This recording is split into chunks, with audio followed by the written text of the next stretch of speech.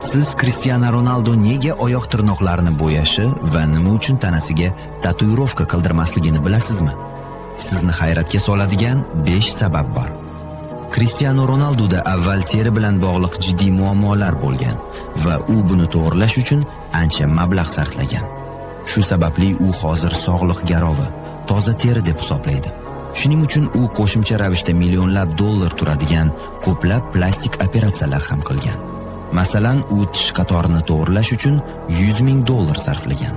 Milk operatsiyasiga 50 ming dollar ketkazgan. Buning natijasida og'iz shakli o'zgargan. Shuningdek, burun shaklini yaxshilash uchun 150 ming dollarlik operatsiya qilgan. 2013-yilda uning sochlari bilan bog'liq muammolar bo'lgan. Ko'pchilik uning siyrak joylarini payqagan. Hozir esa uning soch chizig'i mukammal. Bularning barchasi 180 ming dollarlik operatsiya tufayli. Bundan tashqari